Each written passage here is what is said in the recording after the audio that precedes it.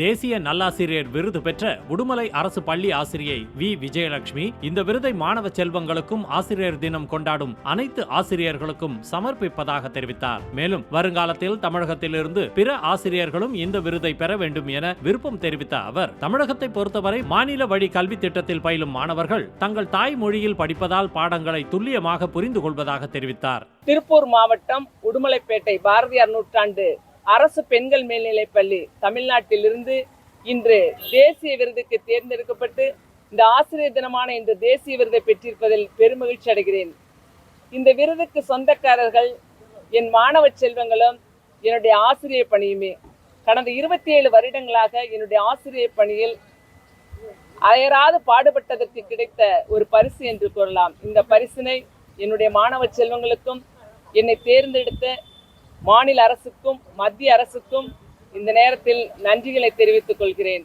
இந்த விருது மற்ற ஆசிரியர்கள் இன்று ஆசிரியர் தினம் கொண்டாடி கொண்டிருக்கிற அத்தனை ஆசிரியர் பெருமக்களுக்கும் சமர்ப்பிக்கிறேன்.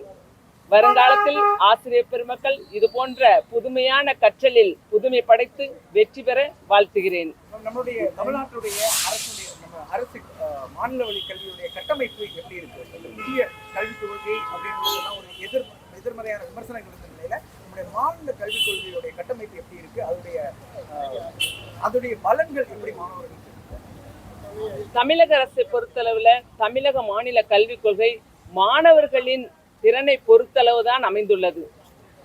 சிபிஎஸ்இ சிலபஸ் என்று சொல்லக்கூடிய அந்த இதனோட கம்பேர் பண்ணும்போது மாணவர்கள் தன்னுடைய தாய்மொழியில கற்றுக்கொள்றதுக்கு மாநில கல்விக் கொள்கை ரொம்ப சிறப்பாக இருக்குது. தமிழக அரசு என்னை 2020 டாக்டர் ராதாகிருஷ்ணன் வழங்கி கௌரவித்தது. அதனுடைய விடாமுயற்சியின் தொடர்ச்சி தான் இந்த தேசிய விருது என்று கருதுகிறேன். மாணவ செல்வங்களுக்கு தமிழ்நாடு மாநில கல்விக் கொள்கை ஒரு சிறப்பானதை வழங்கி கொண்டிருக்கின்றது நான் நம்புகிறேன். போட்டித் தேர்வுகளுக்கு நம்முடைய மாநில கல்விக் கொள்கை வந்துட்டு உதவிகரமாக இருக்கு. மாநில கல்விக் கொள்கையில் படிக்கக்கூடிய மாணவர்களுக்கு அந்த போட்டித் தேர்வுகள் வந்துட்டு எந்த அளவுக்கு கை போட்டித் தேர்வுகள் இப்போ இருக்கிற மாணவ செல்வங்களுக்கு கொஞ்சம் கடினமானதாக தான் இருக்குது. இந்த மாநில கல்விக் கொள்கையில் படிக்கிற குழந்தைங்களுக்கு பெரும்பாலான குழந்தைங்களுக்கு வந்து அந்த உயர் சிந்தனை வினா அப்படின்னு கேட்கும் போதெல்லாம் கொஞ்சம் சறுக்கல் ஏற்படுகிறது. அதற்கான மாற்றத்தை விரைவில் கொண்டு வந்து கொண்டிருக்கிறது. நிறைய பயிற்சிகளையும் வழங்கி கொண்டிருக்கிறார்கள். அதற்கான முயற்சிகளையும் எடுத்து பல திட்டங்களை செயல்படுத்தி கொண்டிருக்கிறது அரசு. செய்திகளை உடனுக்குடனும் துல்லியமாகவும் தெரிந்து கொள்ள சப்ஸ்கிரைப் பண்ணுங்க.